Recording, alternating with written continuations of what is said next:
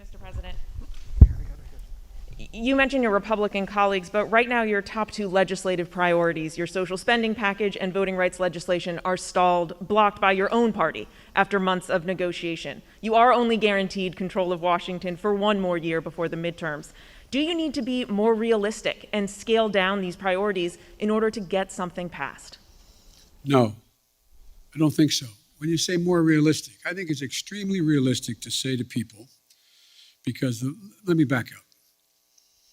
You all really know the politics of this country and your networks and others. You spend a lot of time, which I'm glad you do, polling this data, determining what the American people's attitudes are, et cetera. American people overwhelmingly agree with me on prescription drugs. They overwhelmingly agree with me on the cost of education. They overwhelmingly agree with me on early education. They overwhelmingly go on the list on child care. And so we just have to make the case of what we're for and what the other team's not for. Look, we knew all along that a lot of this was going to be an uphill fight. And one of the ways to do this is to make sure we make the contrast as clear as we can. And one of the things that I think is we're going to have to do is just make the case. I don't think there's anything unrealistic about what we're asking. I'm not asking for castles in the sky. I'm asking for practical things the American people have been asking for a long time, And I think we can get it done. You're not going to scale down any of these priorities, but so far that strategy isn't working. You haven't been able to get some of these big legislative ticket items done. I got two real big ones done, bigger than any president has ever gotten in the first year. But currently, Mr. President, your spending package, voting rights legislation, they're not going anywhere. So that's true.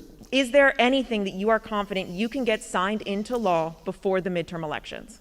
Yes, I'm confident we can get pieces, big chunks of the Build Back Better law signed into law.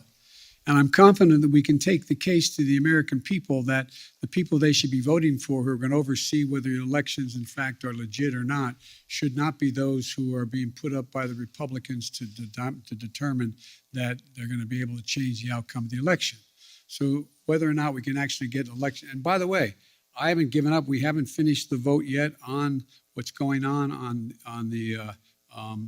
voting rights and the John Lewis bill and others. But so, look, this is, I've been engaged a long time in public policy, and I don't know many things that have been done in one fell swoop. And so I think the most important thing to do is try to inform, not educate, inform the public of what's at stake in stark terms, and let them make judgments and let them know who's for them and who's against them, who's there and who's not there, and make that the case. And that's what I'm going to be spending my time doing in this off-year election. You mentioned Republicans and reaching